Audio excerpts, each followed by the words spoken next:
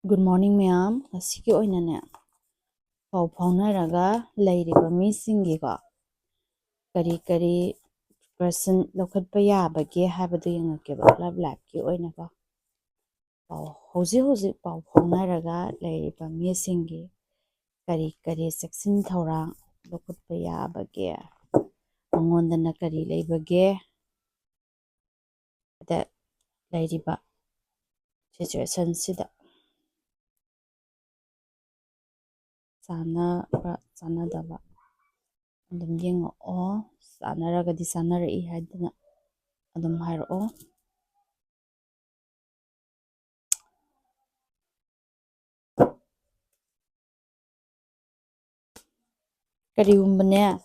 karigumba hiram amagiko mase planning yam kanna tawri pau guys nangonda pau babu sangdabagi moongda haitare nangi kano pau sangdabagi moongda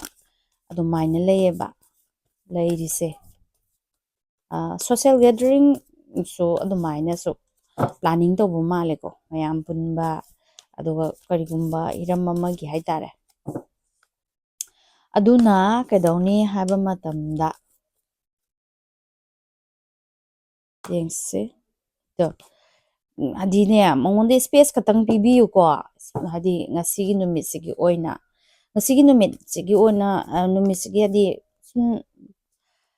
pau phaurakte adu tawde ada tawde haidane isau heta langjanbiganoba aduduna kanoma tholakpa yabagi chance to wangeba aduna magisu kari leibagi haibado adu hana amtang khangtokpinaba honabiyoba maju kari kamai tawge adu section biyoba ko section biyu ngasigi energy se ko kasunatabada hadi pau phaurakte adu tawde haidana ko marei sangdanaba adagi kano tawbiba nataba ko mangonda space khara pibiba aduga maje kari honarino kari tawbina maram oiraga aingonda pau phauraktrino haibado adudo haibetang kano tawbiyoba khanbiyo aduga mangonda matam khatang pinabiyo adudu oiragadi